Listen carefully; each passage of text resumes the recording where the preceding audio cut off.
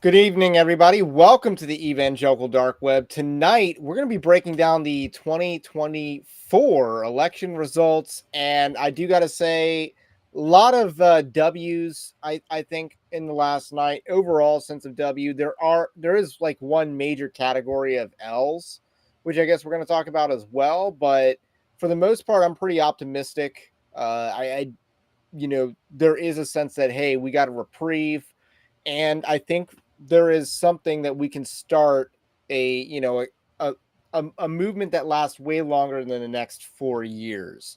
And I don't know. I'm pretty excited about the days up ahead. I've been working on a lot of personal things within my house that has kind of like made the election results from the other night like really coincide, which we'll also get into tonight. And overall, I thought it was a pretty good election results for the most part for us. I realize that there's major issues that were not victorious, but I we needed a win here, and we got the win.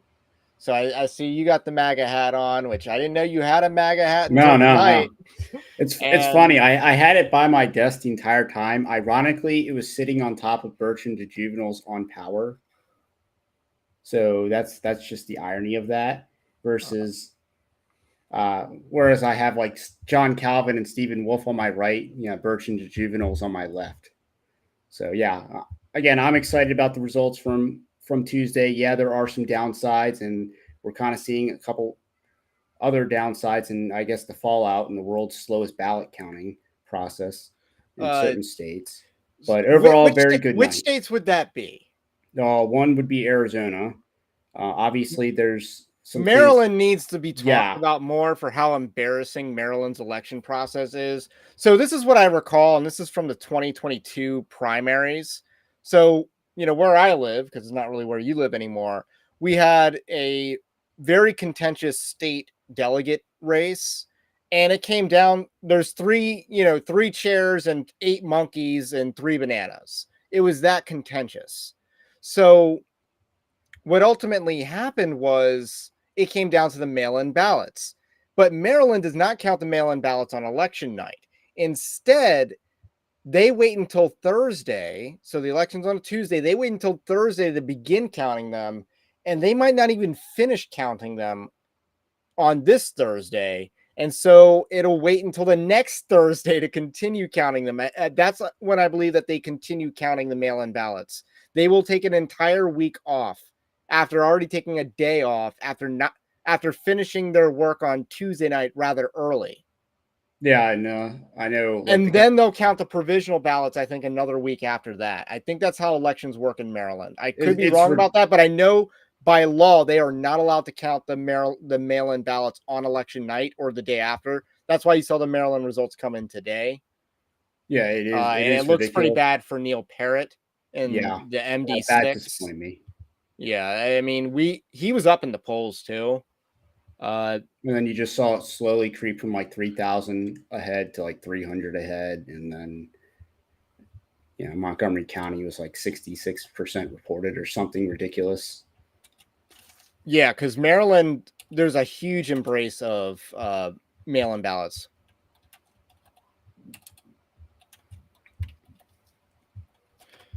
So that being said, those were the preliminary results. I kind of went over the big picture 270 to win on the last video I did. I had the election pegged pretty accurately, 312 to was it 226 is what Kamala's going to end up getting. So I had that part, accurate. I nailed that, but that was not the bold part of the prediction. I literally just went with the polling averages. And I I thought mean, that Trump would overperform the polling averages, but I didn't think that Minnesota and New Hampshire, which would have been the next two states to fall, in my opinion, were going to flip. So it was a pretty safe election result. yeah, All things 312 was considered. what people would ask me, and I would say, and they would say, what's going to happen in the election? I said I would answer 312. That's what's going to happen. Trump 312. And again, a lot of people are a little thrown off by that because they don't realize I'm talking about the Electoral College and what exactly that means. Because People are three, thrown off by that. yeah, a little bit. Because that would Okay, be you're like talking to 312 is Europeans. no, Americans. I guess they didn't realize that if he swept all 7 swing states, that would be 312. So yeah, I'd answer that. That would be my answer. Now, I talked to some Virginia people, and they were very optimistic about what would happen there. But I mean, as soon as Arlington started reporting, that was it. I got someone in the chat waiting to get on. Are you able to get on? I don't know if you can hear me or not. But anyway, we'll see. This is somewhat of a call-in show for patrons and other guests that I've invited on. So that being said, that's you can, if you're a patron and want to join, evangelicaldarkweb.org/green room, or you can go to the link to the live stream announcement on the site. That's one of the most recent articles published, so you can find it. I believe in you, and you can join the stream as well. So here's what I'm here's my read. So I had that part right, and then the bolder prediction that I had was that we would know the results on election night. I would consider, prior to 2 o'clock in the morning, still election night, because I'm still up at that time on every other day. Yeah, So that was a rough day. I was burning like 22 hours. 22 hours. Oh, Yeah, because I you get woke up up in for the work. early for on those days. So someone in the chat just asked, your name's Anthony, my name's Ray.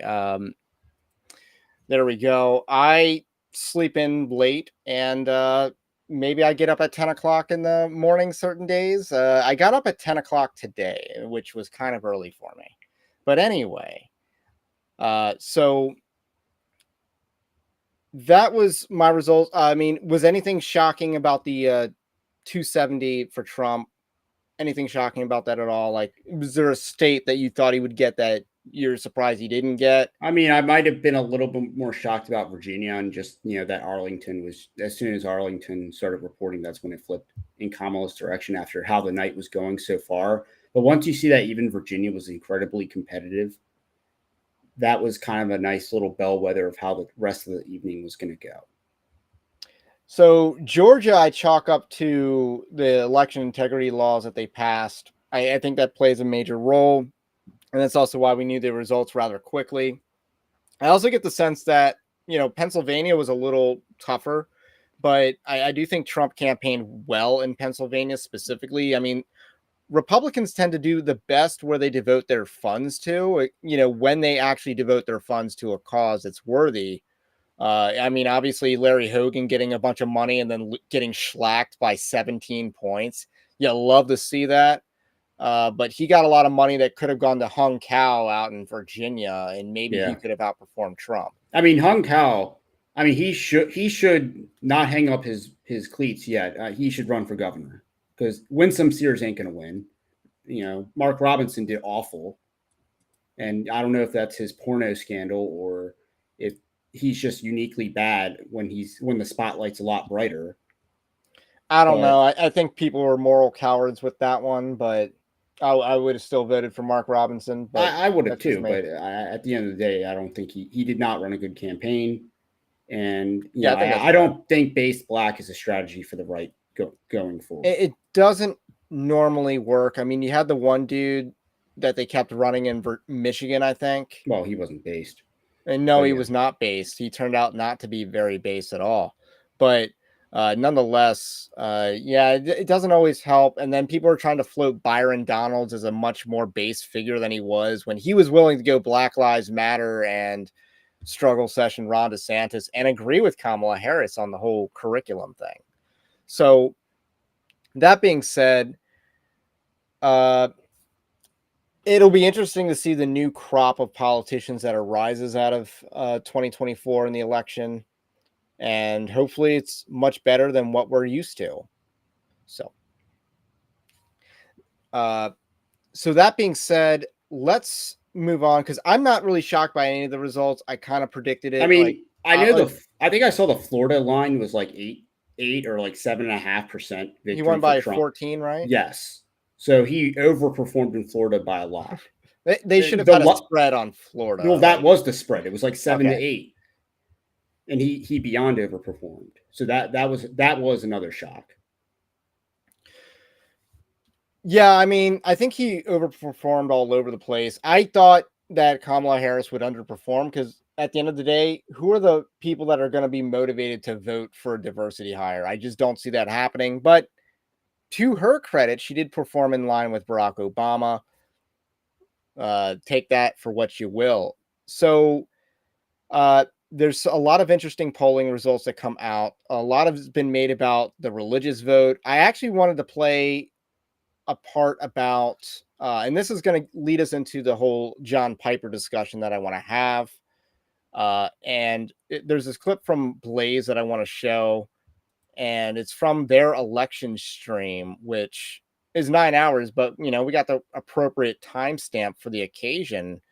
And this is where they talk about the breakdown of religions and who voted what way and how much. And I just find this discussion interesting because they kind of scold Christians and they scold Protestants and Catholics, but watch who they give the praise to. That's a profound statement. That's a little more than he said, but right spirit. That's how you interpret it. Yeah, That's yeah, your yeah, perception. Yeah, I know what you mean. Yeah.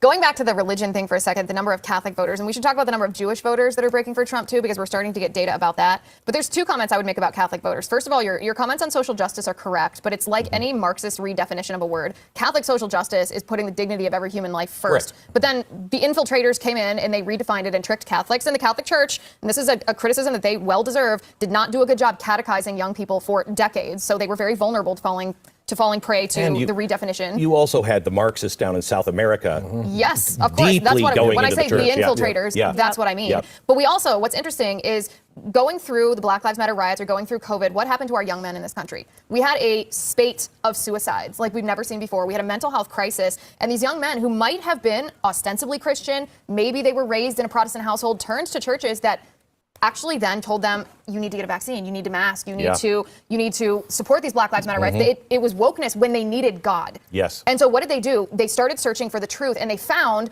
under the layer of politics that can sometimes obscure the Catholic Church, they found truth in the theology. And those voters, those young men specifically, are the ones I think we will find are what changed Catholic votes. For anybody who's... So I want to pause right there. Your reaction at the idea that the young trad cats are changing the Catholic trajectory in the voting, because historically, the person, if you win the Catholic vote, gives you a very good chance of winning the overall election. Bush 2000 was an exception to that, a narrow one, but yes. My takeaway on the Catholics is the rate of Catholics increasing for Trump was primarily driven by the Hispanics, because I think they improved 8% overall in turnout. In total vote from 2020. Okay. So I did the breakdown, and I attribute the gains with Catholics, because I think he won 58% of Catholics or something ridiculous. So I attribute that to the Hispanics, predominantly Hispanic men that teamed up with Trump on this go around. And obviously there is a lot of because I think that's Liz Wheeler. Yes. She's referencing a lot of the young trad Catholics. So this like online movement of like right-wing dudes that are like Catholic. So that would be John Doyle, and maybe not Fuentes, but like similarly, a lot of these people that are like seeking out enchantment, so to speak, and they like these high church traditions because of their aesthetic, their appeal, their, I guess, formal, their ecclesial traditions. Like the people that, I guess, the trad Catholic or the Latin Mass appeals to are probably the voters she's talking about, but I see that more within the younger voters, not necessarily the overall Catholic voters. So like younger men was a huge improvement with Trump. Yeah, I think Trump did wonders. He did 11 points better with young men, like white that women. Zoomer age. I mean, we're going to talk about this, but he also did pretty well with white women. But yeah, he won the Catholics. He won them pretty well compared to past elections. So that was pretty good. And we're also going to talk about the evangelicals as well. in a moment here. Who's read The Fourth Turning? I think we all have. This is the hero generation. Yeah. This generation, especially of young men, this is the World War II hero generation that will save us. Will save us in the end. Can I talk about the Jewish vote for one second? Okay, this is a Fox News exit poll that shows that Donald Trump has received 43% of the Jewish vote in New York, which is the highest share for a Republican presidential candidate in decades. If you go back to 2020, not just in New York, but overall, Joe Biden won 77% of the Jewish vote. So that's a significant shift towards Donald Trump. You buy that or you sell that? I mean, the overall, like, I can't necessarily buy like a one sample in New York when like all the exit polling I'm seeing is showing that like 78 to 80% of Jews voted Kamala, which is one of few demographics she actually improved with. I mean, it's hilarious. Very few. The others being gays. She actually, like, she improved with gays by over Biden by about 10%. How much of that do you think is, what's the way to put it? Young people now getting the right to vote that have been indoctrinated into homosexuality and other forms of sexual degeneracy. How much of that do you think is new voters? It's hard to say because I think the overall percent was the same. I think I saw 8% of the electorate versus like 7%, so it was like a 1% increase. I don't think it was a driving force, unless like I don't say a lot of them. Let's just say didn't make it between 2020 and 2024. Now, TH has a very good point here. It was us Gen Xers that led the charge in this vote. And yes, that is completely true. So yeah, when I analyzed the breakdown on the age brackets, the Gen X was a driving force. That is a reliably conservative generation.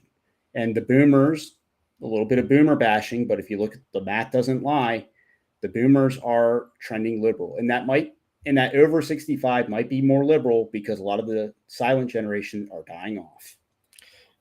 Yeah, I saw the same thing in the exit polls. I do have the NBC exit polls, which I guess we can go through after we're done this part of the stream.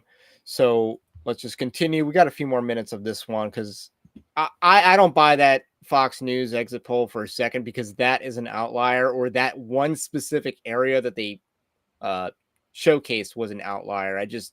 It doesn't match the rest of the data that we're seeing, or the obvious fact that, Jews voting for Bolshevism is just kind of like peanut butter and jelly and stuff like that. Pretty remarkable, because it doesn't usually happen, but Jewish people too. I mean, there's a total realignment happening tonight. Steve. One of the things I was waiting to see tonight was white evangelicals, which have been I was about to talk about the most consistent, reliable block of the GOP base for decades. And every Republican that runs, Glenn, gets 78 to 85% of those. Okay, even Romney as a Mormon got 81% of the white evangelicals. It's the turnout number you're looking at, all right? And so Romney's percentage was about what Trump received in his two, but his turnout was lower. Yes. Tonight, Trump only 22% of the electorate are white evangelicals. That's on par with the turnout that Romney received. Trump did win 81% of them, but it's by far the smallest turnout he received. I will tell you so that far. The president and I had several conversations about religious people turning out, and he didn't understand the evangelical. He's like, how is this being missed? He watered down his pro-life messaging and offended quite a few people. I mean, a lot. So I want to pause right there because I want to talk about what he's about to say, but let's kind of react to the turnout numbers. I think it's hard to measure. I think it's actually going to be slightly higher than 22% of the electorate, which is what Steve Deace said. Because I believe that a lot of Christians embraced early voting. I think a lot of legacy Republicans embraced early voting because the Republicans Party embraced early voting this time around at record rates. I don't know what the previous record would have been, but you saw in Arizona, the Republicans were like, we're going to vote early because of all the election day shenanigans that could go on. So a lot of Republicans, because of their weariness with the integrity of the elections, they're going to lock in their vote early to avoid any type of shenanigans on election day. I think it's higher than 22% because maybe of they the early weighted vote. their samples. So I don't know if that helps. Because again, obviously they do give you the percentage breakdown on what percent of people is this and that versus that. So, I mean, they think they had like whites as like 71% of the overall electorate. So I'm not quite sure whether the election day turnout impacted that versus the early vote, whether that would be even reflected in the data. Right. So that is something that I believe needs consideration. But yeah, I will concede that it's lower than the 28% that it was from 2020. I think that's pretty fair to make to say, but maybe it's like a 23-24% rather than a 22%, which I think does make a huge difference. Well, there were certain trends that were, I want to say margin of error trends, but it's kind of like Trump loses like 1 to 2% with whites, but obviously he made it up more with Hispanics. So, those are like margin of error trends. And his improvement with blacks was also, 2% higher with black men and black women. So another little marginal change with regards to other voting blocks. So maybe it was, again, 23, 24 versus, 22. I just want to catch up on some chat here. Fellow millennials and boomers failed us. Yes, as a millennial, yeah, our generation's a lot more liberal. And you know why our generation's liberal? Because statistically, our parents are technically Gen X, but most millennials were raised by boomers.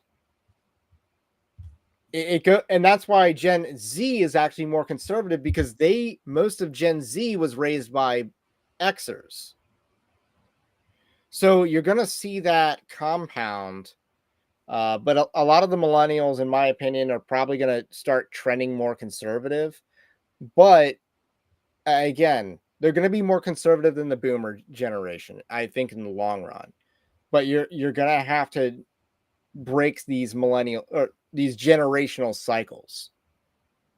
So. Yeah, I mean, there is the whole, I guess, cycle of life, and a lot of what liberalism does is it breaks the cycle of life, so to speak. The idea of getting married, like marriage is clearly a driver towards conservatism, and that's probably a reason why a lot of Gen X are holding strong with regards to conservatism and voting Trump, is because they're the people that they might have children in the household, and that's that generation. They're the ones more likely to be struggling with the tranny stuff, or they know others that are.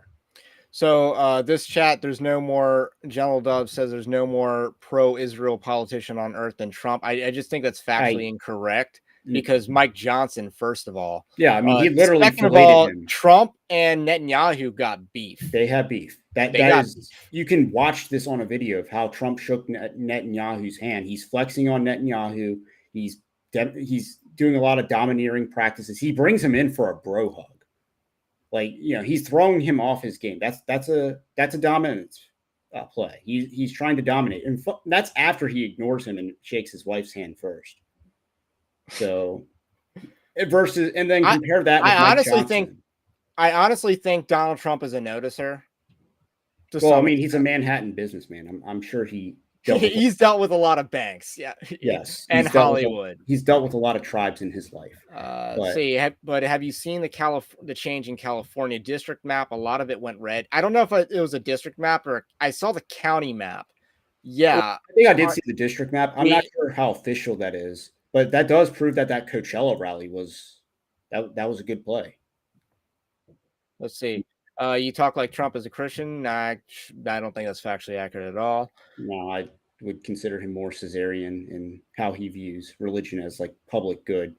All right, so let's get back to the.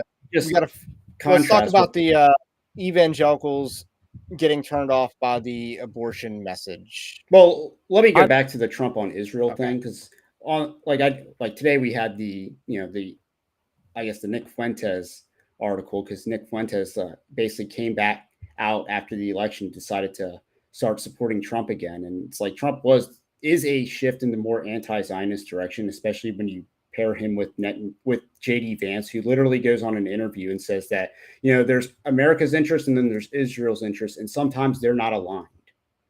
So the fact that he expressed a dichotomy between America and Israel's interest is a shift towards a more anti-Zionist direction, but obviously they're not going to just come out and say it. They're not going to come out and say it. Yeah, I agree. And the other thing is, going back to Glenn Beck talking about the fourth generations, that World War II generation, that new generation is noticing.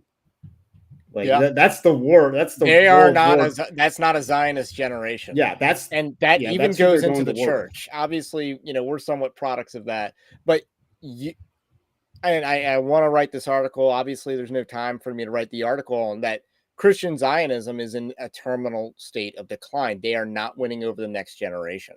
So I'll write that article eventually. Probably won't do a video on it. But anyway, let's get to the A lot of people life I know, issue. a lot of people I've worked with in pro-life circles are mad, upset. We're not going to vote for him. I've argued with them in my own private circle. Yeah. It's kind of confusing in that, before George W. Bush had great pro-life messaging and then just funded Planned Parenthood and screwed us. Correct. So in this case, it's kind of the inverse, where this guy has a great pro-life record, but his messaging sucks. All right, and it confused a lot of people.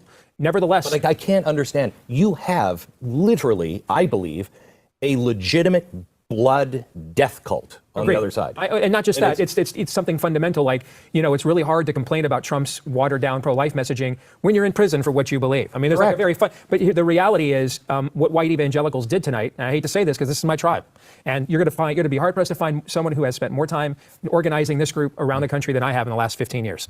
What they did here tonight, because you're watching Trump win a resounding victory without mass turnout from them. What they did essentially is marginalize themselves politically, and that will be felt moving forward. Yeah, that will absolutely be felt moving forward. And that's not necessarily good. It's not. You had Ron DeSantis basically, as I said earlier, beat the Florida amendment, the Kill 'Em All amendment, without major pro-life organizational help. I got a text from someone who is very well connected in conservative circles. Won't mention his name. I'll tell you during the break. It's a name that we would all know. Who texted me the fundraising numbers for a lot of the major pro-life groups around the country, and was like, "Where's all this money being spent? Where are all these people at?" I know. And so, why aren't they on the ground helping us beat all these amendments in Arizona? I don't see them anywhere, he told me. So the reality is tonight is overall, the white evangelicals are going to have a very long conversation about who their leaders are, how they're going to proceed moving forward in the future, what their messaging is, how they want to do business politically. Tonight was not a good night for white evangelicals. I think, no way to spin it. I think. All right. I don't really care about listening to Glenn Beck, but that's the clip that I wanted to show you. Your reaction to that, and then I'll give my take. I mean, let's assume that the percentage is a little bit more generous than what's being presented in the exit polling. I do think there's some truth to that. And you see this a lot with like abolitionists, and, there are certain never Trumpers. So there were certain camps, again, maybe they're more perennially online, that were interested in forsaking Trump because, They at least voted though. Maybe some did, some didn't. And I can tell you when, during the campaign we ran on, like, one of the nastiest person I interacted with had like a Bible verse on his door. I think it was like Joshua 1:8 or something. But yeah, and he was just citing the immorality of Trump as to why, he basically, spat in my face. But here, let's talk about the immorality of Trump. You know what Trump's biggest vice is? Incompetence. No. Incompetence. That was his biggest vice because you know what David's greatest sin was? When he wanted to touch the ark and bring it into the temple when he wasn't supposed to, in the book of Chronicles, First Chronicles, I think first. That was his biggest sin. And that sin had such consequences that it brought the 3 days of plague that killed like 70,000 people a day or something like that. That was David's actual greatest sin. I thought that was the That's when he wanted to move the temple or the census, but oh wait. Yeah, okay. The moving you're of right, the ark just had a census. bunch of people die. Right. Yeah. Oh yeah, they just got smote. They got smote on the spot. Sorry, the census, which is actually around that time, right? That was like his greatest sin because it was an affront to God. It was directly a sin against God, and it was it wasn't actually the sin against against Uriah, but that was the sin he got the whole nation punished for because it brought 3 days of plague. So similarly, I think that's how you would attribute Donald Trump. Now I said that was Donald Trump's greatest character flaw, and to be fair, he's shown a lot of competence lately. Well, I mean, just look at but Kamala Harris is his opponent. You can't honestly tell me that she is a better character than Donald Trump. Let's go back even further. I mean, George Bush started 2 wars, and one was entirely on false pretext, and that basically destroyed Christianity in Iraq. I'm not even sure which one you're talking. Oh, you're talking about Iraq. Entirely. Afghanistan's also on the false pretense that Yes, the that's Taliban also did 9/11. or even again plotting a terrorist attack from a cave pre-internet in the Middle East. Yeah, I you know.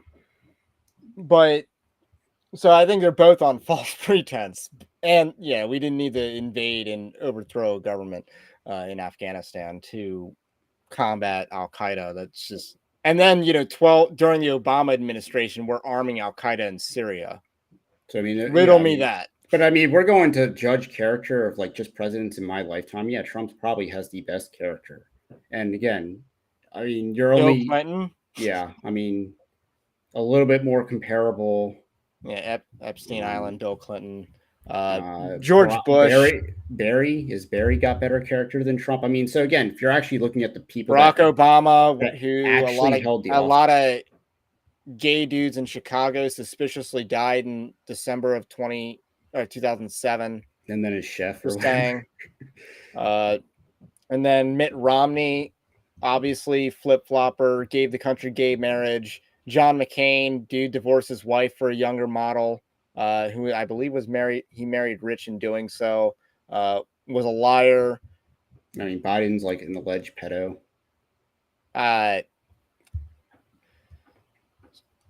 Yeah. So I mean, like as far as like Biden showers with his daughters. Yes. As far as people that actually held the office, I mean, his character is probably above average as far as just in the last like 30 years.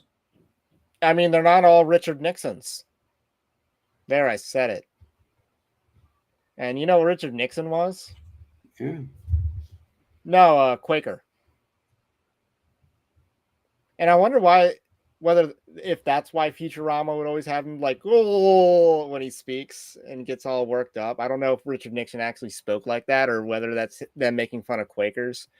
But, and you know what Quakers are, often called?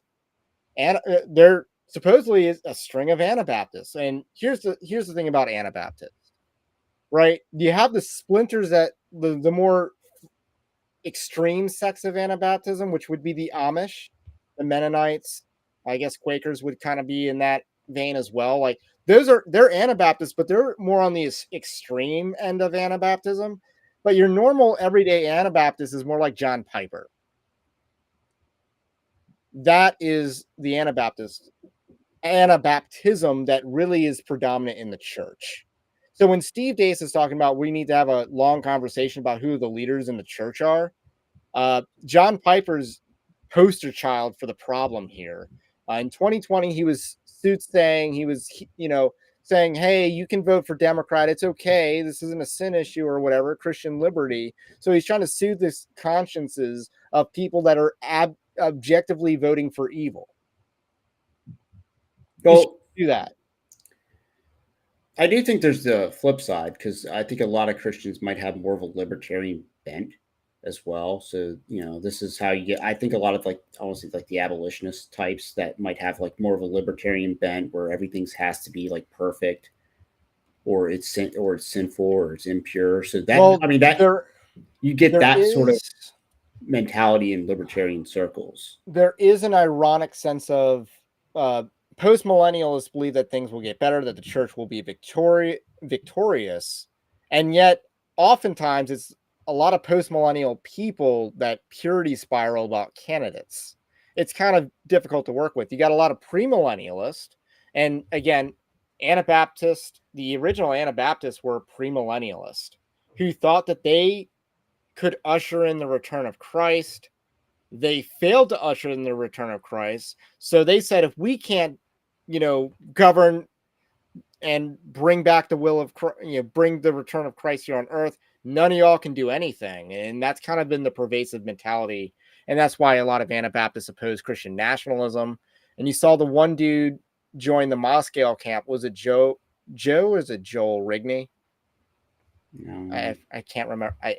He left Bethlehem to go to Moscow because of the Christian nationalism issue, which led to him being convicted about Presbyterian theology or something like that. Pedobaptism specifically. Yeah. So he renounced credo baptism and is like, okay, and I think that led to him renouncing credo baptism and adopting a paedo-Baptist position. So I think Anabaptism is like the worst thing going on for Baptists right now. I also want to bring up John MacArthur. It is fair to bring him up in this conversation because he is very Anabaptist in leanings, but Joe Rigney, not Joel. Okay. Thank you, chat. He doesn't get the L. So anyway, John MacArthur is very pietistic. Historically so. This is not someone who has historically believed in Christian intervention in politics. He came out against Operation Rescue back in the late 80s, early 90s. And if you wonder why there's a FACE Act in which there's 9 pro-lifers in jail in federal prison for violating the FACE Act, which is, by the way, a compelling reason to vote for Trump to give those people a pardon. It's because of Operation Rescue, which they were pretty effective in shutting down abortion clinics or, mills, factories, whatever you want to call them. They were very effective in that. And John MacArthur came out against them in the late 80s. And he was holding the cloaks of police officers who would arrest those people. So that's bad. And that's where John MacArthur started. Now, in 2020, he did stand up to the government. John Piper did not do that. David Platt, who I think is a direct disciple of John Piper, did not do that. I mean, Dace is certainly correct as far as there needs to be a conversation on what the leaders are. There also needs to be a conversation about expectations. And just, actually understanding elite theory and just, getting a little bit more political theology. And you kind of see what were the expectations of Trump, that Trump was going to, again, going back to the abolitionists, was that Trump was going to be this champion of abolitionism and basically say he's going to go full equal protection or you won't give him your vote. Is that seriously on the table, even at a federal level, or just the guy that says no, no federal action on abortion? So I want to posit this question. So were the Supreme Court justices that were all appointed by Republicans, were they in sin when they answered the Roe v. Wade question? Each one of them, the Democrats are going to ask, hey, what do you think of Roe v. Wade? Are you going to overturn Roe v. Wade? I believe Neil Gorsuch said that if Trump asked him to overturn Roe v. Wade, he would have left the room. So some of them get pretty dramatic about it. But, they give a standard stare decisis answer about when they're asked what their thoughts are on Roe v. Wade. And guess what? You're not, if you were to blurt out, hey, I'm going to overturn Roe v. Wade in your confirmation hearings, you wouldn't get confirmed and you'd be dumb. But if you give some dodge or give the I look at the laws as they're written, or I'm an originalist, so I look at the original intent, and stare decisis is binding. Would that be enough sufficient for a lot of these abolitionists? I don't think the answer is yes. I think they would go after those people for that. So is Trump being a little duplicitous in a way, or even treacherous? Because here's the thing, there are examples in scripture where God rewards treachery. It's weird, especially because the Bible's an ancient text. You look at Jehu and how he killed the prophets of Baal. He rounded them up, promised them a party, got them all to one space, and killed them. Or even was it Ehud who stabbed the fat guy with the sword and walked out? He basically Trojan horse like the Iliad, except more interesting. Wow. I don't think Brad Pitt approves of that comment. Anyway, Brad Pitt died in the movie, so but everyone remembers his name. Everyone remembers his name. So there are times when God rewards that, because Jehu was not a believer, by the way, but God rewarded him in that his fourth generation would still sit on the throne of Israel. So there was a reward for it. It was not a heavenly reward, but it was an earthly good. And the reason why he got punished, or the reason why he wasn't a believer is because golden calf was okay, but Baal was not. So Trump, I think, could be that Jehu type figure. But even so, you got to be realistic on what were the expectations of a second Trump term. And I think there's still compelling reasons if you had realistic expectations. I mean, some people do play their hand and they keep it very close to their chest. They don't necessarily flex how powerful they are or what their beliefs truly are. And you see this like a guy, Aaron McIntyre is a good example, because if you look at the people he associates with, he is far more right wing than he might let on, or than he can present himself working at the Blaze. Like, you're not getting the same takes you get on his live stream on the Glenn Beck 9-hour election night stream. He's probably taming himself a little bit for that audience, because you have to weed people into the ideas. You have to actually slowly educate them. You can't spook them. You have to address them like a Fox News viewer, and then kind of just slowly wield it to them. Elon Musk is probably another one where, he keeps his intentions a little bit close, maybe a little bit transparent at times, but, he keeps his hand pretty close. He stays very unpredictable. And obviously he does a very tightrope dance with certain groups of people. I want to weigh in on this question by Vera Tax.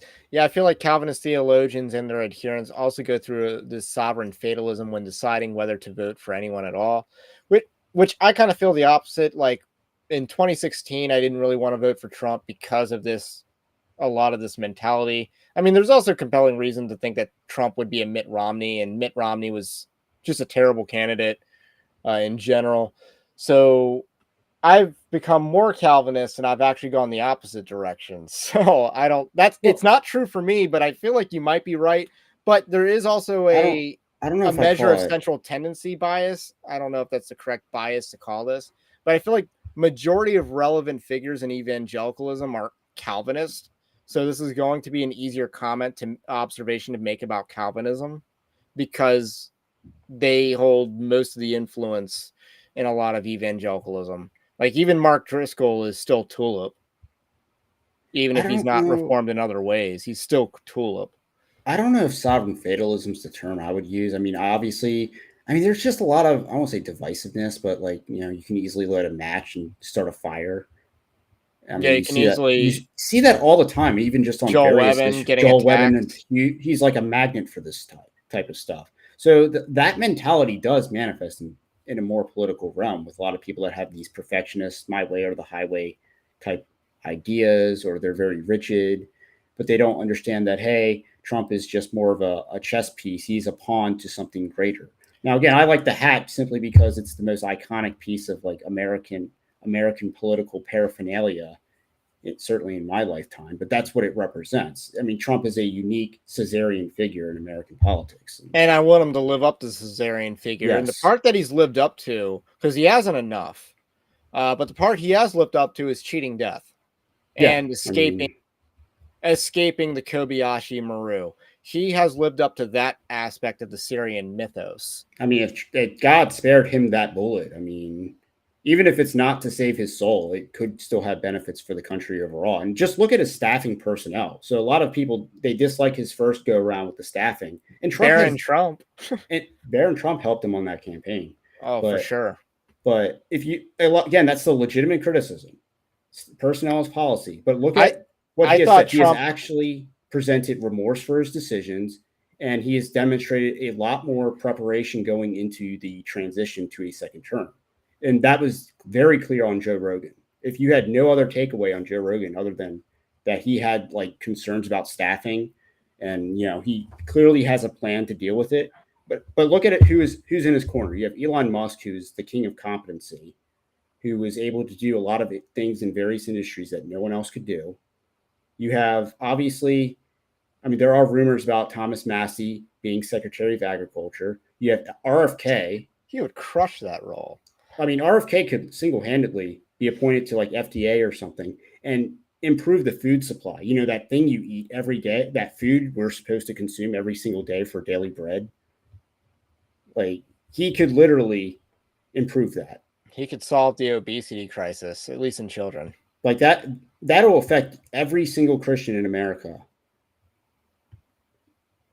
So, I mean, so the other, I mean, obviously JD Vance is very much aligned with that Elon Musk PayPal mafia type camp. So Elon Musk or JD Vance, and again, he's a guy that got into Harvard or was it Yale by merit, not being a legacy, not being a token. He earned his way in.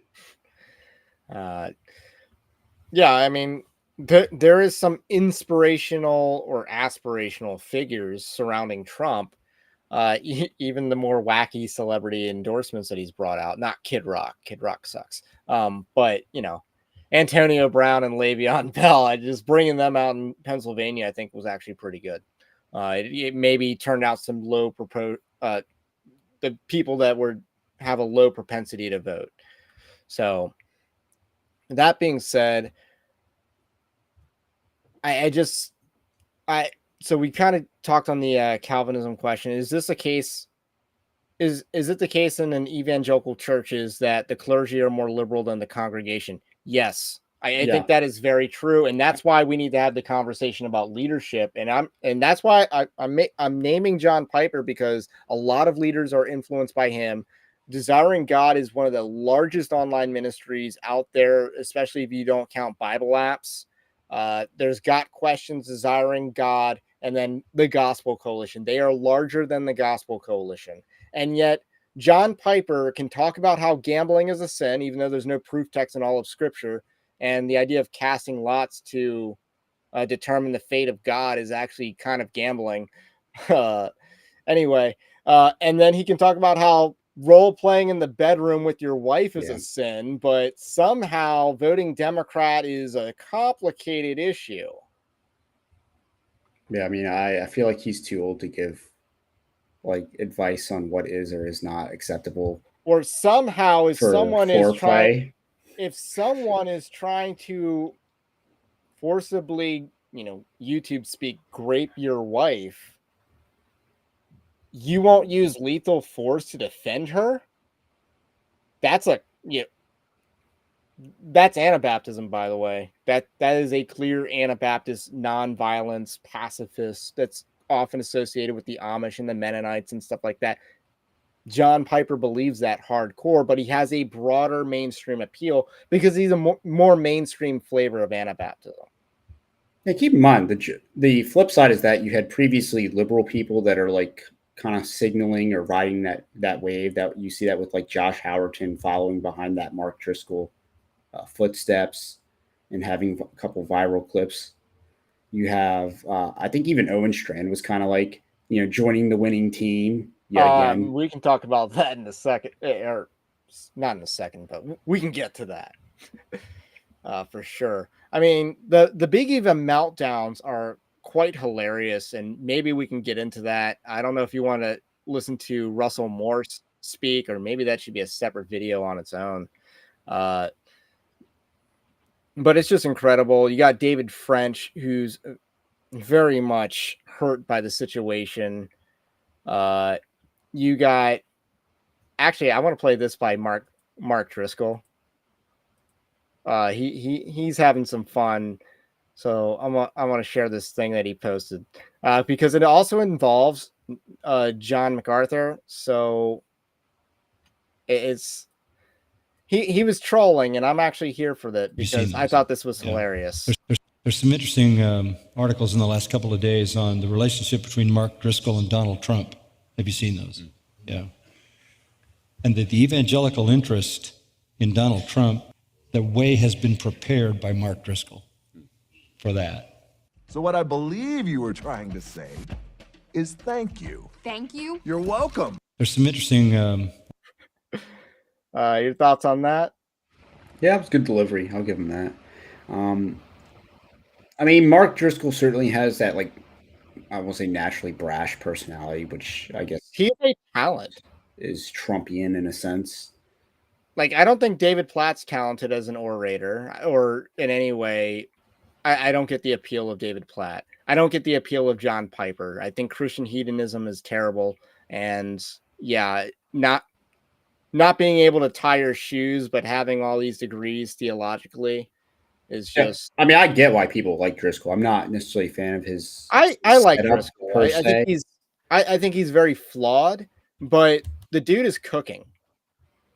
And I think that's why people I'll like let him him. cook. He actually talks about relevant issues.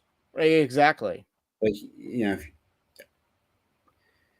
I mean, like even when we looked at the Matt Chandler video where, he goes this whole sermon and then he's kind of just still third weighing it, even though I think he actually correctly articulates a lot of things about, the nature of the Dominion mandate, even if it's not like perfect, but, he almost kind of sounded like Stephen Wolfe, even though, Stephen Wolfe might've disagreed with that because he did a video on that sermon. But yeah, towards the end, he's just like, well, both sides are bad. And, I'm not really going to give you a solid advice going into the election, thrones and thorns. And let me know in the chat, what you were hearing on the Sunday before election. Now, let me just say it. All three pastors at my church, they all mentioned the election. Then you had the Sunday school teacher also did it too. So, four up, four down as far as mentioning the election prior to the election day. So my church did its job. Okay. That's good to hear. I'm having trouble with my bookmarks on Twitter at the moment because they're not in the reverse chronological order of when I added them. They're in some random order. So I'm having trouble. So let's talk about Owen Strand. No, that's not where Owen Strand is. So let's talk about the Owen Strand thing, because the leadership thing is very important. I think Mark Driscoll's house is going to increase because he's putting in the work. He's taking stands that people with better theology are not taking. And because he's actually taking risk, he will be rewarded, because there are the universal laws of risk and reward that I think are woven into creation. I think God rewards risk and rewards risk with reward if the risk was well taken. So with Mark Driscoll basically getting canceled and coming back, let's talk about Owen Strand, who wants to tag along afterwards. So Owen Strand, and he's blocked me, so I use a screenshot, by the way, because Twitter X now allows screenshot. You can now see people who have blocked you, and I love that as someone who's made a lot of enemies on here. God willing, we may see a new Christian political movement arise. We have been fractured for too long. We have let the left splice us up into tribes. No longer. We need a new movement. We need to consolidate and build. And hear me clearly, the unborn must be at the center. So that's the before, right? Is this like a before and after? Because afterwards he did like a celebratory pro-Trump tweet. But yeah, he's kind of just, this is almost like a third way, except instead of a third way, we need a new way. One might say a new path forward wherever. And my point was, how many podcasts and lectures did you do against Christian nationalism again? Get to the back of the line. And I'm being very clear. He should have no part in it. And I came up with this line that it needs to go viral. I didn't leave the woke left me. We need to just troll people like this with that. JD Greer's another one who's, trying to say, hey, I was on. Good job, Trump. It's always the losers who call for unity. It's a trick. That is somewhat true. I want to call for unity as a troll. No, I'm because the guy of 2021. That there's all these calls for unity and vague calls for unity, and I think we should just do the same thing as a trick or as a troll, not a trick. No, I'm doing a lot of trolling lately, especially in seeing all these liberals and then just responding to them in the election, give them a little Trump dancing meme or So there's a lot to go on here. Since we're now past the election, you're going to see a lot more movement with the Christian nationalism, just more formalities, because again, we didn't want to do anything, and I say collectively we, because this is definitely true for me, and I believe this is also true for the people who made the statement on Christian nationalism. They posted their final draft, which I did see some market improvements in some of the areas that we had criticism of. Like they cleaned up the war section a lot. So, territorial expansion is now back on the menu, and holy wars being denounced is off the menu. So I hope it was holy wars and expansion wars are back on the menu, and I like. I hope they did that because they read my criticism. So maybe I'll take a victory lap on that. Yeah. Yes, and Gray Sun BR. I want to say Gray Sun Bear, but that's not right. Said, CN social gospel style, because they had the whole font, because they used a stylistically similar font to the statement on social justice and the gospel, which was made in part by the G3 guys who are vehemently anti-Christian nationalism and also vehemently anti being relevant, because what are they trying to do a month before the election is talk about cessationism? And let me just say that the G3 guys, Yes, Virgil this needs to be Walker, brought up.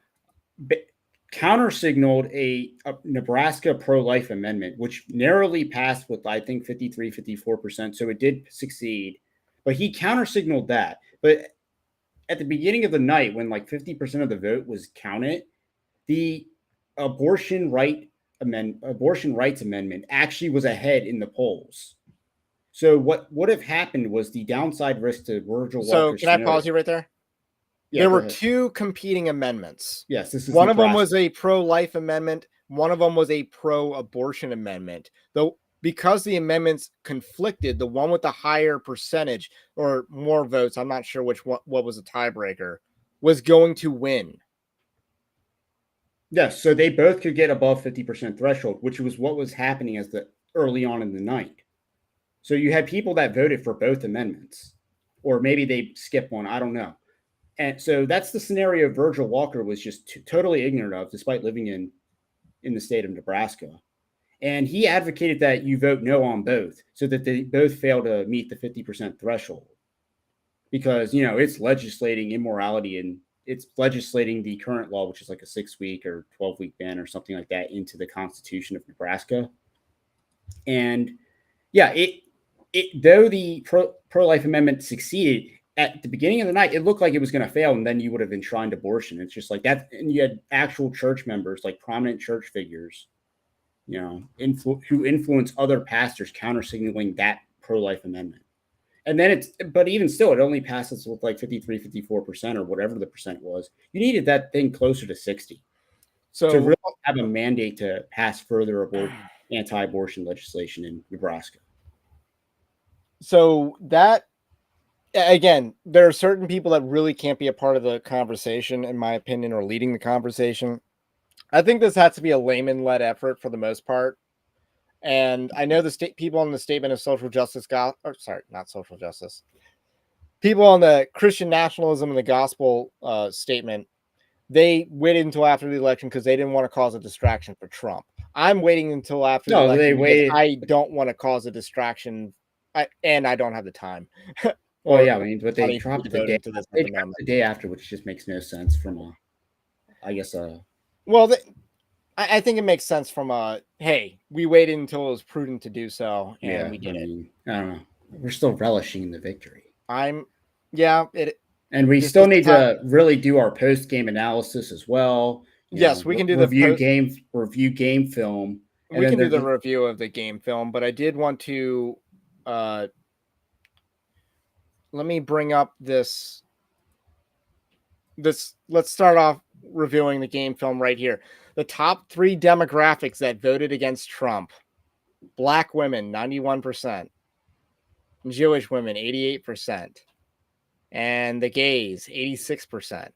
Again, up 10% with the gays. I don't know how true this is, but this is like a gay dude that posted this. So I think it's actually okay. It seems to be from the exit polls that I've been looking at, and yeah, 86%. The gay vote went Kamala. That surprising. In the upcoming article I wrote that like the Democrats are the party of like literal gay race Bolshevism. That is their party. Let's get into the game film, so to speak, of the election with the exit polls. We see overall men 55% for Trump to 42%. Men are more likely to vote third party, And I think you'll see that in like all the breakdowns. Women 53% Kamala to 45% Trump. But you see white people 57% Trump. That carried that was the carrying of the group team of the group project, obviously. And then 54% for other, which, Native Americans are apparently based outside of Arizona, I guess. Actually, it must be Oklahoma carrying that stat. We got because Oklahoma does not have a single county that went for Kamala, and they haven't had a single county that's gone for a Democrat since like in recent memory. Like even Obama didn't win a single county in Oklahoma, according to Tom Buck. And I'll trust his history lesson there. So Hispanics is going to be one of the more interesting to break down when we get to it. But when they do with American Indian, when they include that, it's 65%, which is actually more than white men, or Probably more than whites. Probably a lot in Oklahoma. Yeah, I'm saying Oklahoma's carrying the team here. Maybe some of those other middle of the country states. So whites versus non-whites, so 57%, which we already knew about, but it drops down to 33% for non-whites. So that is huge. Now we get the sex by race. 60% white men, 60% for Trump. Huge. So all this pandering to white men that Kamala Harris and Tim Walz did only got 37%. They had a masculinity crisis and they felt it. And they did all these like fake gestures. Kamala sipped a beer at a bar. You had Tim Walz basically with AOC, who's pretending to be like a gamer girl, and people are speculating whether she was like pregnant or not. And they're trying to do like a Twitch stream to appeal to people. And then their male influencer class is Harry Sisson, who looked like a twink in most of his looks like one. Yeah. Yeah. And his pictures looked like he was literally on like a date with another man. So, but you white notice women, like black men, it's only like a 2-point difference from 2020. Let's talk about white women. Where are the white women at? The white women voted Trump 53% to 45%. But that's maintaining. Like that's Trump holding strong with white women. Hey, that's good in this day and age that he could hold those he numbers. held that. He held the line. That's an impressive line that he held. I will say, I bet it ain't 53% voting pro-life, though. Willing to bet that one. Black men, a lot of hype about the brothers be flipping, and 21%. Okay. Now, here's the thing about the black male vote. It is very stratified. Trump got the black men where he needed to get the black men. That was, Pennsylvania, Georgia. He did really well with black men in Texas. And I don't know about Michigan and Wisconsin, but he did well with black men where he needed to do well with black men. I'm sure he didn't do well with the black men in Milwaukee and in Michigan that had very high rates of mail-in ballot return rate. I'm sure he didn't do high with those black men. Yeah, probably not the ones that had like women fill out their ballots for them. Because black women, let's talk about that. 91% to 7% in favor of Kamala. Like, you do not get more groupthink than that, or block voting, I should say, not groupthink, because that is good. The single-handed most liberal category. I mean, you have to, like, Trump could say how do you do worse than like 5 to 7% with, like, do you have to say a hard R to do worse? They give Jews a run for their money. So Latino men, 55% for Trump. That is the story. That's huge. That's those Hispanic men by 20%. Improvement. It was 36 in 2020, up to 55, and that had a pull effect on the women. Yes, but in some areas it was really good. In I think in like Texas and Florida, he did really well with black men or Hispanic men. But in California, it was turd in the punch bowl, relatively speaking. But polling a majority of Latino men, pretty good. Now here's where things aren't very good. Only 6% of the electorate. I think that's kind of low. That's low turnout. Now, I'm not saying the Well, stats wrong, but this is a base that's technically larger than blacks in yeah. the country, and they're showing up at the same rate. So I don't But know keep what in it is mind about that's Hispanics voting or not voting. Hispanic women were pulled up 8%. So if you market to men, you You bring get women. 20% women. You improved with Hispanic men by 20%, and then because you did that, you improved with Hispanic women by 8%. There's a push-pull effect or a drag-along effect. I mean, white evangelicals helped carry this race for Trump because statistically we did. Trump could not win without the white evangelicals breaking at 81%, which we're going to get into. I think it's 82% according to CBS. We helped him win because we vote and then our wives vote for us. So we get 2 votes in that respect. Latina women, the Latinos voted 38% for Trump to 60. And then all other races is 48 to 46. I'm guessing that's where a lot of Arabs Asians voting and third party. That's in that little block. So let's talk about the age breakdown. We mentioned earlier that 54 that Gen X was the one that carried the team here at 54%. This isn't perfect in its breakdown of the generations because I'm under 30, but I'm still a millennial. The lower age one is a little bit more. The youth vote 43% to 54%. Yes. That is, and again, that's also driven by men. At like that's 40, pretty bad for the Democrats. Yeah, I think it's 49% of like men under 30 voted Trump in this election. So that's who's weighing the. Go down to the I guess the third age bracket.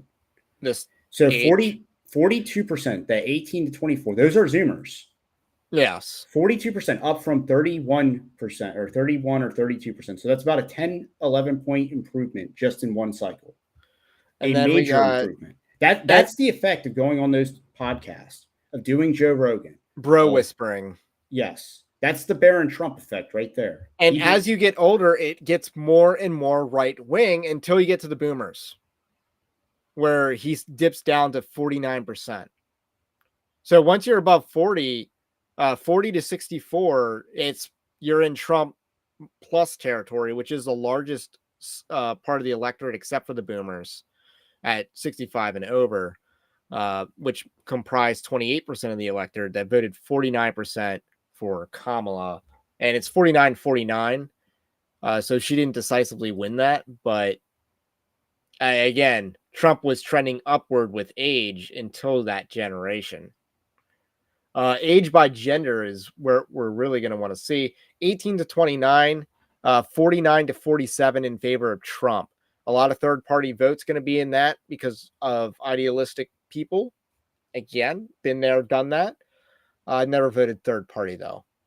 Although if you saw in Maryland, a lot of the very red counties voted third. Like the Libertarian candidate for Senate was carrying 7% in some of these counties. Carroll and no, not Carroll. In Washington County, Allegheny County, and some places on the Eastern Shore.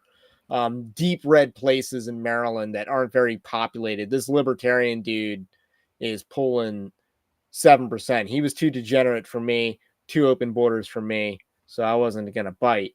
But, good on him for that. Was a real protest vote, even though Hogan outperforms your generic Republican.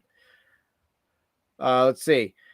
And then when you get men 30 to 44, 53%, men 45 to 64, 60%, men 65 and older. So old men voted still 55%, but it is down from. Now, I don't believe they had this chart they did not have this chart in their 2020.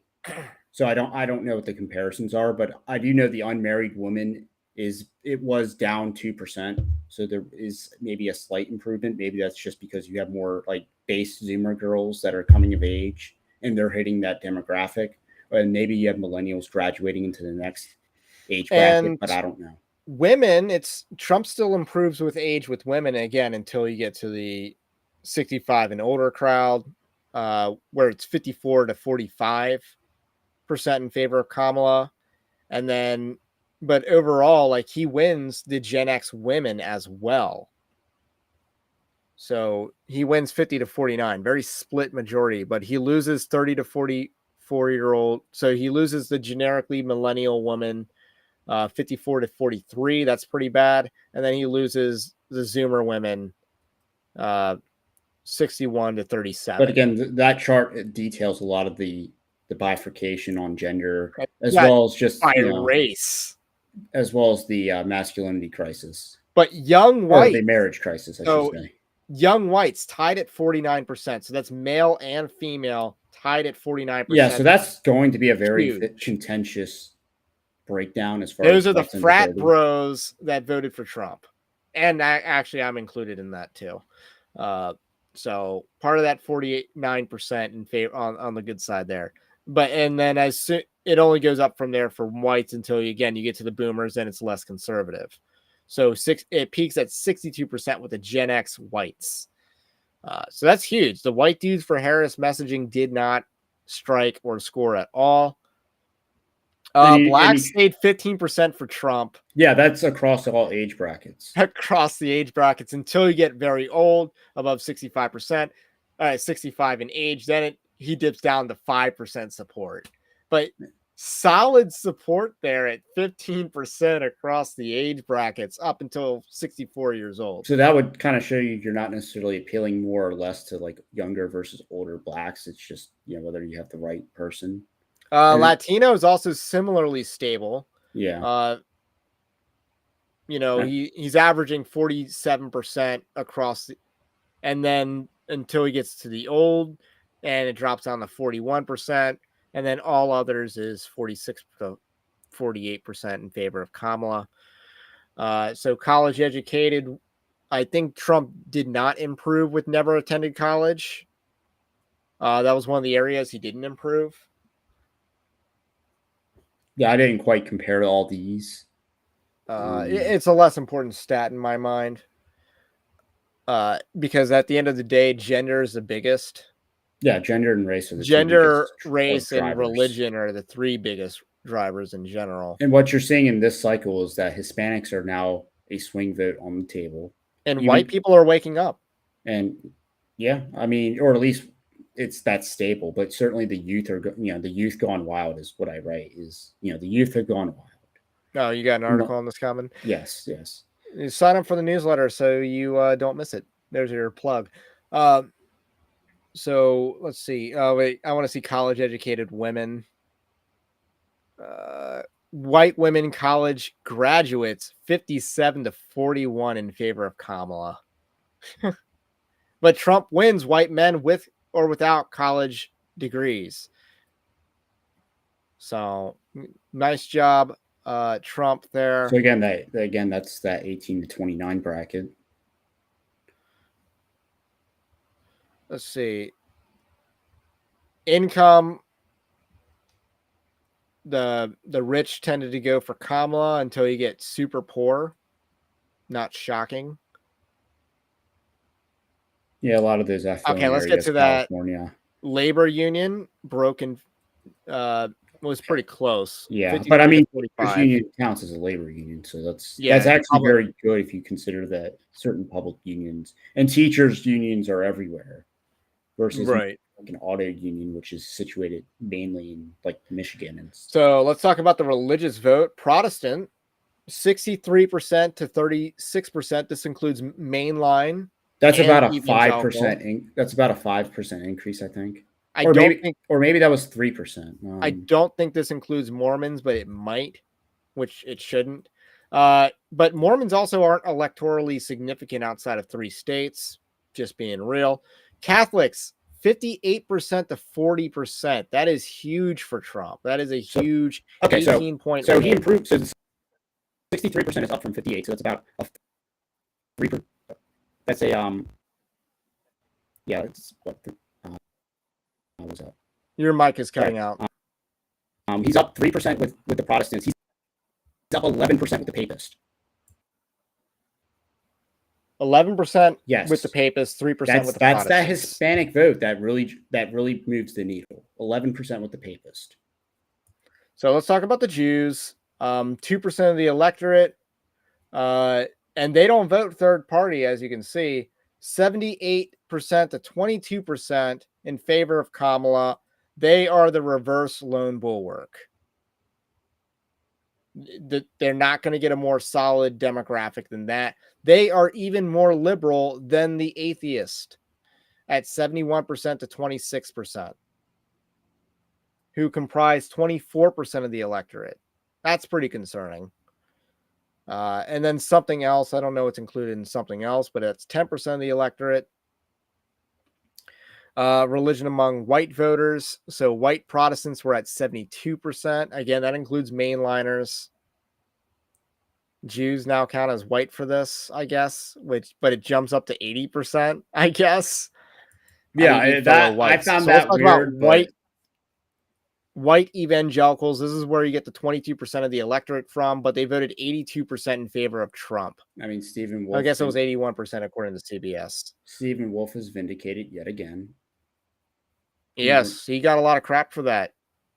But you see these numbers individually. Trump cannot win without this. He cannot win. This 82% makes up for this 40%. And that 40% was also an improvement, strangely enough. Because 82% of 22% makes up for the 40% being short. 17, 18%. So having children, 53% to 44%. That's a huge gap. Huge gap that in favor of Trump. And not having kids gave you a narrow gap in favor of the Kamala. So parents voted for Trump. Yes. Except for single And then moms. you see men with children. Women with children was 51% to 46%. So the single mom vote, the baby mamas did not turn out for Trump as well. So marriage was one of the biggest ones that I noticed. So again, married. Again, Trump did held strong with married women. So he was 51% was roughly even with his 2020, but he improved 5% amongst married men. Huge. So that is a major improvement in just getting more married men to vote. Okay, let's talk about the gays. We saw the 86% earlier to 13%, and then not gay was 53% to 45%. So that is the least surprising result on here, other than the Jewish thing, right?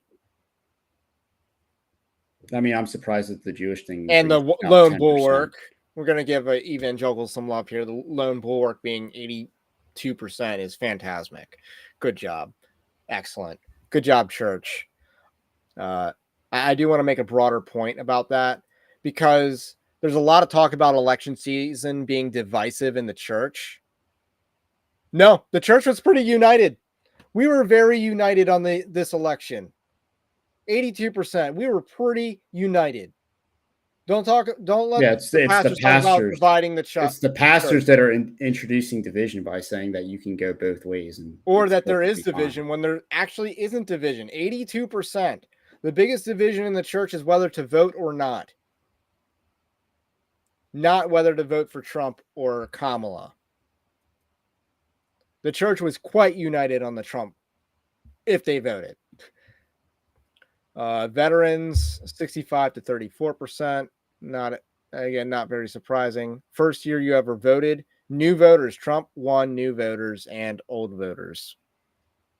But he racked up some margins on new voters, which was 8% of the electorate.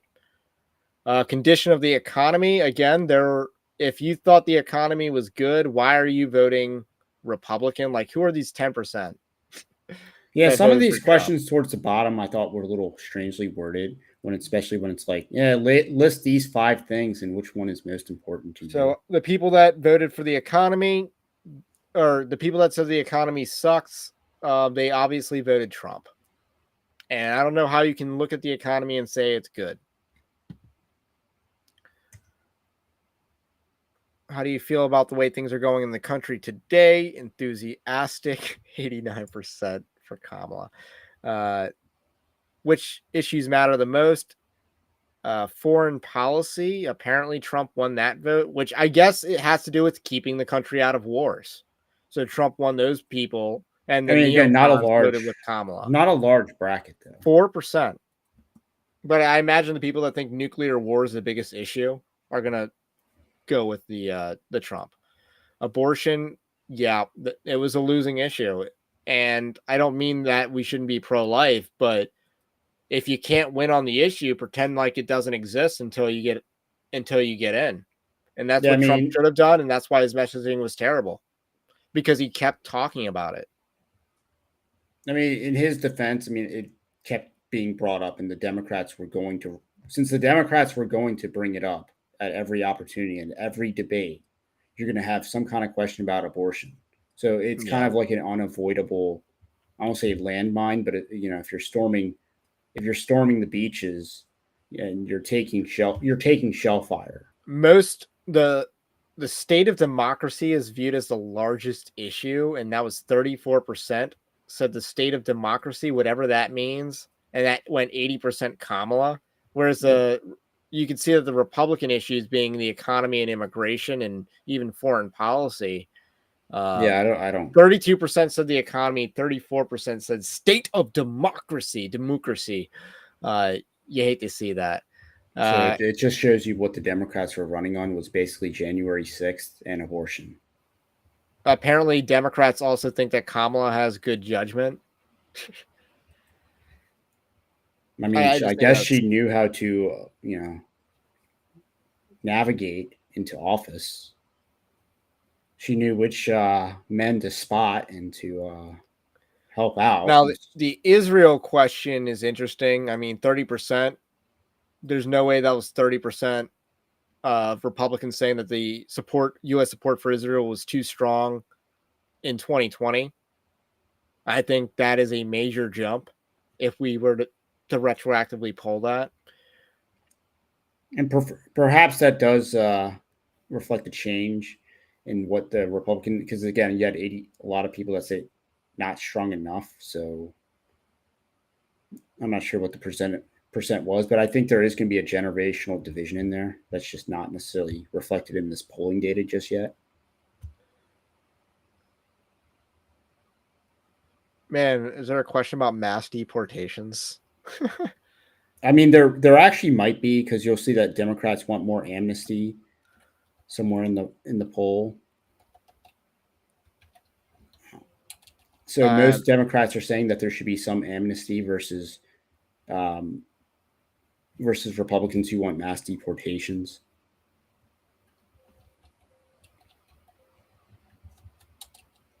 I'm not saying it.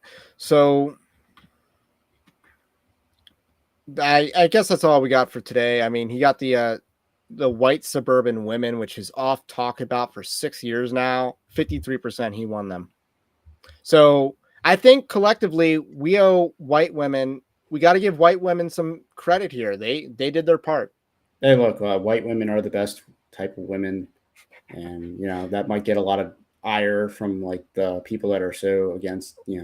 Hey, if a black man said that he's attracted to black women, I would have no offense at that.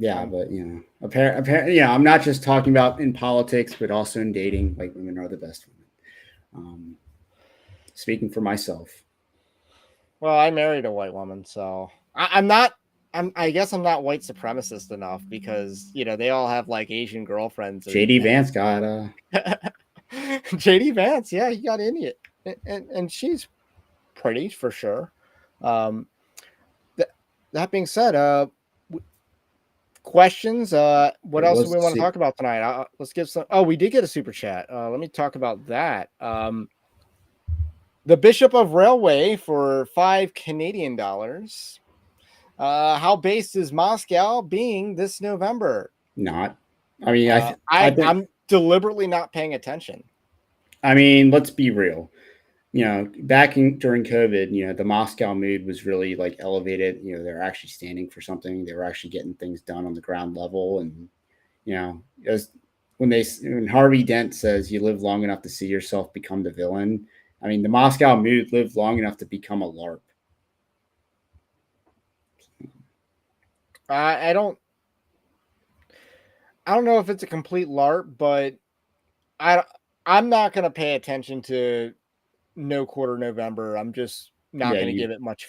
I'm not gonna give the fire much to breathe.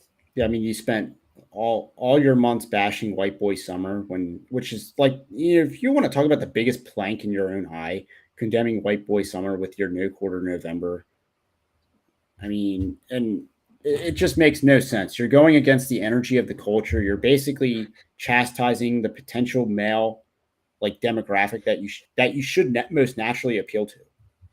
Like if you're talking about church evangelism, I mean, we go back to Driscoll. Part of Driscoll's success is that he appeals to men, and that's like also a driving force. And you have all these pastors, the Platts, the Chandlers, the so forth, the Pipers that appeal to a lot of women.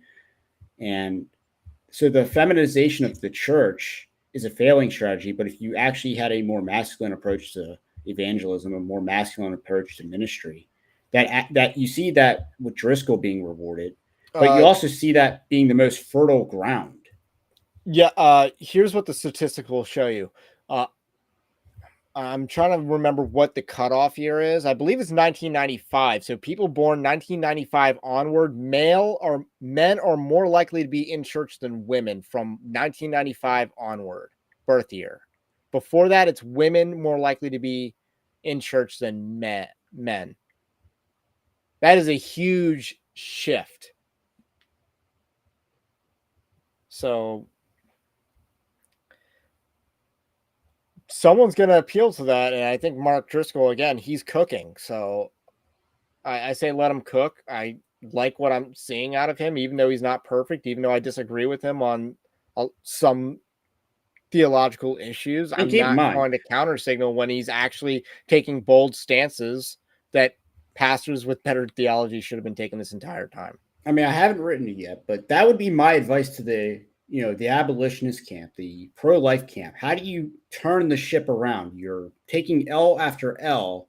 You lost in Missouri, right? Of all states that, the show me state, you lost there. I mean, obviously that is a failure of, I want to say, Southern Baptist. But I mean, yeah, you go back to Dace's conversation about the church, and you have a long conversation. The church turnout should have been a driving force in Missouri of all states. But yeah, the red pill, that manosphere community, that's the community the pro-life industry or pro-life movement needs to actually be making inroads to. Stop leading with women, start leading with men, get on like the whatever podcast and talk pro-life, convince that younger generation. Like, because you'll have the men on board. I mean, you already saw a sizable shift to the right with men. And I don't know if we did an entire live stream on the Nala Ray girl, right? Yes. And then she's back on the whatever podcast claiming that Jesus isn't God. Yeah, she doesn't understand Trinity, which again she's baffles me considering she was raised in the church.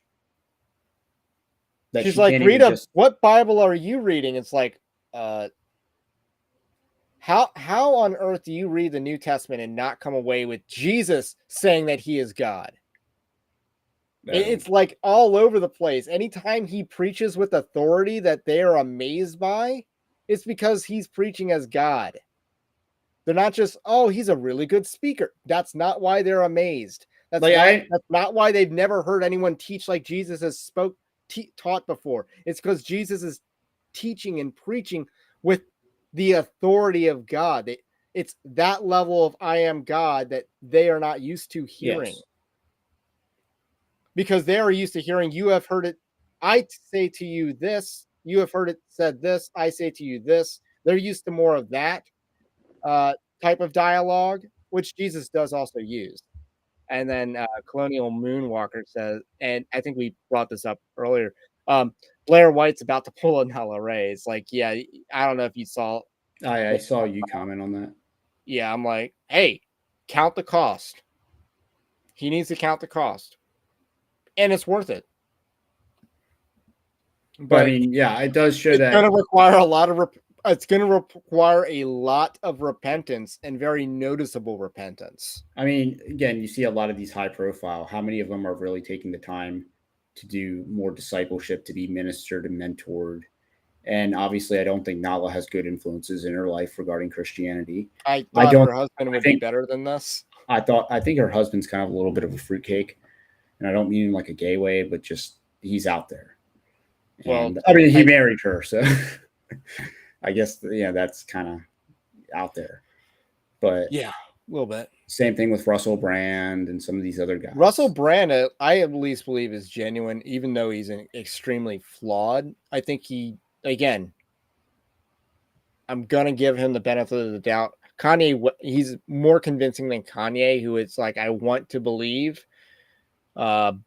and I really want to believe, but I'm struggling. And then once Kanye, the whole Balenciaga thing, that's when Kanye sold out. He did not want to denounce the fashion industry. And that's a strange, like you counted the cost and you thought the fashion industry was worth giving up God for? The fashion industry? So yeah, pro-life people, if you're watching this, that's your path. Appeal to the younger men. And again, there is a libertarian to like hard right pipeline that everyone does need to understand that this is a transformation. It is a process that even with like a lot of people lament that Trump made the conservative movement or the Republican Party more liberal. I really reject that because I think you had a wave that was going to happen regardless of whether Trump. And if anything, Trump actually slowed that wave down by winning in 2016. Because again, I don't think Cruz cracks the Rust Belt, and that means the Republicans lose in 2016. Hillary's president. I think Cruz still wins, but but I think he flipped a state like Nevada, and doesn't take 8 years to do it. That Trump took 8 years. I don't think that would have done it because I don't think he gets Virginia. That was the path. He would have needed Virginia to. I mean, I think anyone but a Nikki Haley type would have won this election. Because Kamala's that bad, and so was Joe Biden. Well, I'm talking about 2016. I'm just bringing it back to now. It's like I don't think Trump was uniquely able to win now, but let's be real. People like Nikki Haley were uniquely able to lose in this election cycle. But my point is that you had a movement that was happening regardless, because that's just where the Con Inc. and the Zionists that rule Con Inc. were trending.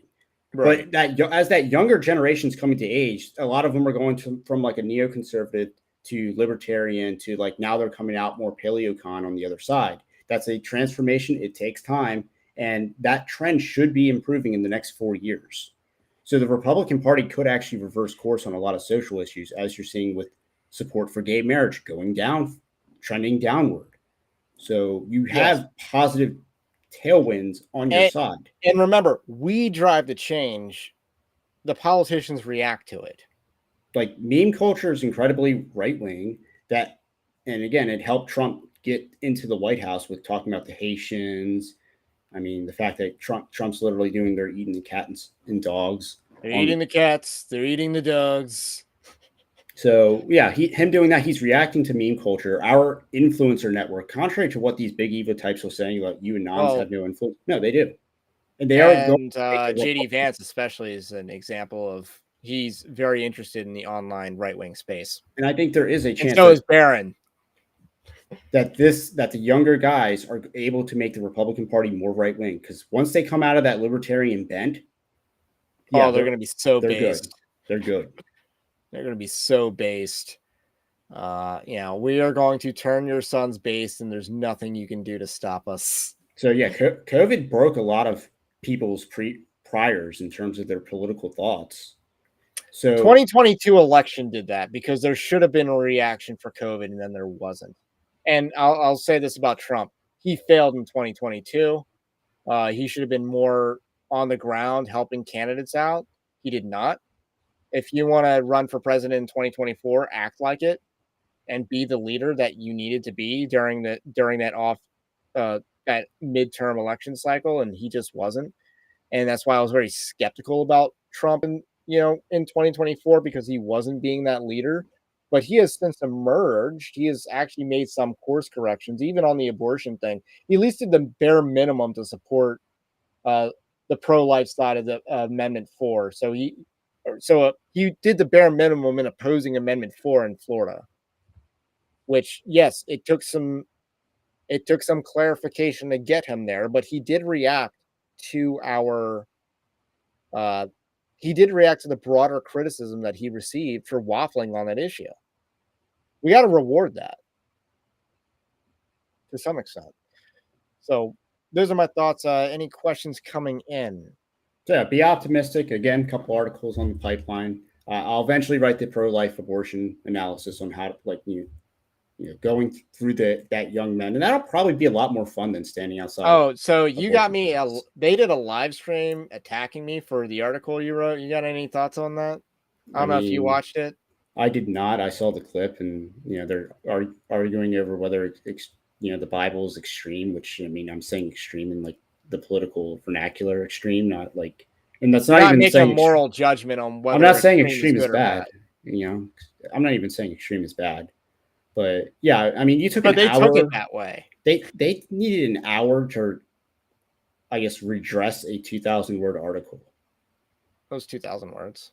Yeah, I actually cut that article down. I cut a lot of punches out of that article. Oh wait, what? No, I wanted to pull this one. Stormy Squad 1 says no more brother wars means ignore people making war. Yeah, I think that's true. To some extent, yes. That's why I'm not going to take the bait. The most important issue right now was the election, but you have a lot of people attacking Joel Webben in the week leading up to an election, which makes no sense. Nobody Special says John Piper turned into a nut job. I think fame went to his head. I think that's true.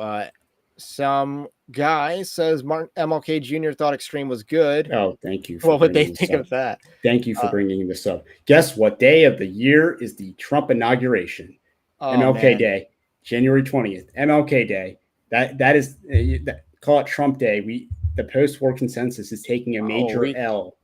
We are going to co-opt it for Trump. Yes, we have co-opted. We are co-opting Martin Luther King Jr. Day.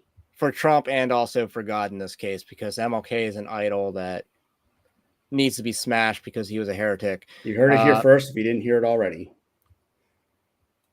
I wanted to share this tweet. Son of Japheth, which he got a shout out on AD Robles lately. He says, Christian men, this is the time to build. God has granted us this window of opportunity to retake our culture and our land. Let us not squander it.